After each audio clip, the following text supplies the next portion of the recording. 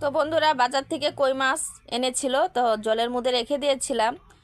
তো এখন 4টি কই মাছ আছে বড় বড় সাইজের। তো ভাবছি এটা দিয়ে আজকে তেল কই করা যাক। তাই এর আগেও তোমাদেরকে বলেছিলাম আমি কই মাছের তেল কই করে দেখাবো। তো জিন্তভাবে মাছগুলো কাটতে পারছিলাম না, তাই একটু নুন ছিটিয়ে দিচ্ছি যেন মাছগুলো চটজলদি মরে যায়। আর নুন দেওয়ার সঙ্গে সঙ্গে কিন্তু পরে ভীষণ ঝাঁপানো শুরু হয়ে গেছিলো মাছগুলো। তো দেখো কেমনে ঝাঁপাচ্ছে, সব মাছ চলে যাচ্ছিল গামলার থেকে। তো এক এক করে আবার উঠিয়ে নিয়ে এখন কেটে নিব সুন্দর করে। এই কই মাছগুলো কাটতে কিন্তু একটু প্রবলেম হয়, না হলে আমার মাছ কাটতে কোনো অসুবিধা হয় না যদিও, কিন্তু কই মাছ কাটার সময় একটু সাবধান নিয়ে কাটতে হয়। আর দেখো যে কানগুলো একদম খাড়া খাড়া করে রাখছে, এগুলোতেও কিন্তু কাটা আছে, এগুলো অনেক সময় লেগে যায় হাতে।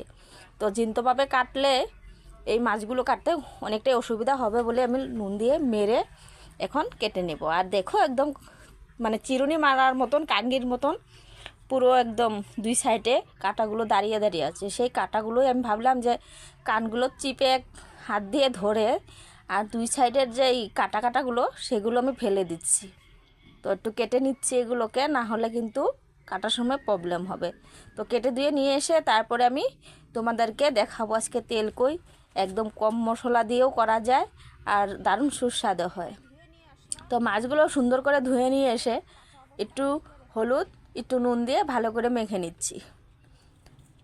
তো দেখো মাছগুলো একটু এজে দিয়েছি, কারণ মশলাটা যেন ওটার ভিতরে অবধি পৌঁছে আর নুনটাও যেন ভালো করে ঢুকে, তাই আমি একটু মানে এজে এজে দিয়েছি মাছগুলো। আর নাহলে ভাজার সময় অনেক সময় দেখবে কই মাছগুলো ভীষণ বেঁকে যায়।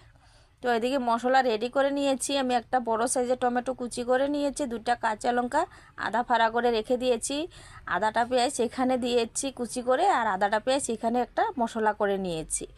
তো এখানে হচ্ছে আদা রসুন, রসুন না সরি আদা, তারপরে হচ্ছে গিয়ে পেঁয়াজ আর হচ্ছে গিয়ে কাঁচা লঙ্কা, ওটা পেস্ট করে নিয়ে কড়াই বসিয়ে কড়াইয়ের মধ্যে সরষের তেল বেশ পরিমাণে দিয়ে তারপরে দিয়ে দিচ্ছি শুকনো লঙ্কা। তো এখানে আবার কালো জিরে সোমবাসে দিয়েছি, তোমরা চাইলে গোটা জিরেও দিতে পারো। তো আমি কালো জিরে দিয়েই করবো আজকে। তারপরে একটা পেঁয়াজ, যে আদাটা কুচিয়ে রেখেছিলাম সেই পেঁয়াজটা ওইখানে দিয়ে দিচ্ছি, দিয়ে একটু নাড়াচাড়া দিয়ে একটু হালকা করে ব্রাউন করে ভেজে নিয়ে টমেটোটা দিয়ে দিলাম। এখন পরিমাণ মতো নুন দিয়ে দিচ্ছি। এখন একটু নাড়াচাড়া করে 2 মিনিটের মতন ভেজে নিয়েছি টমেটোগুলোকে। তারপর যে পেস্ট করা মশলাটা ছিল কাঁচা লঙ্কা পেঁয়াজ আদা মানে বাটা, সেটা দিয়ে দিচ্ছি।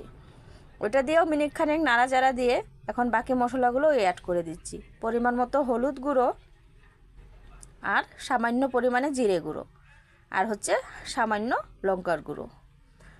তো যেহেতু কাঁচা লঙ্কা বাটা দেওয়া হয়েছে তো এই মশলা দিয়েই হয়ে যাবে। তারপর ভালো করে নাড়াচাড়া দিয়ে মশলাটাকে কষিয়ে নিতে হবে খুব সুন্দর করে।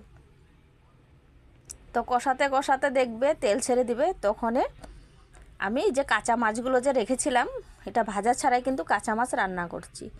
তো মাছগুলো আমি দিয়ে দিচ্ছি এইখানে, মশলার সঙ্গে একটু কষিয়ে নিতে হবে 2 মিনিটের মতন সুন্দর করে। উল্টিয়ে পাল্টিয়ে মাছগুলোকে আমি কষিয়ে নিচ্ছি।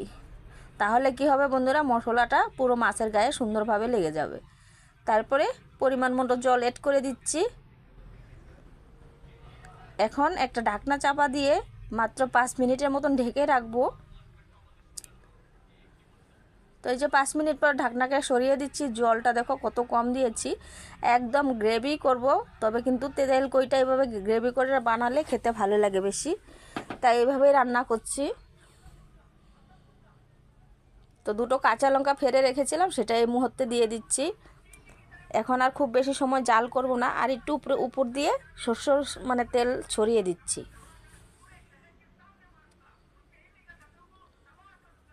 তো দেখো কতটা গাঢ় হয়ে গেছে। এখন আমি তেল কইটাকে নামিয়ে নেব, আর বেশি জাল করব না। তো দেখো বন্ধুরা নামিয়ে নিয়েছি ফাইনালি, কত সুন্দর হয়েছে। আর কাঁচা লঙ্কাগুলো কিন্তু একদমই সিদ্ধ হয়নি, জাস্ট ফ্লেভারটা সুন্দর হওয়ার জন্য আমি দিয়েছিলাম। আর এভাবে রান্না করে খেয়ে দেখো দারুণ টেস্ট লাগে। আজকের রেসিপি থেকে বিদায় নিচ্ছি।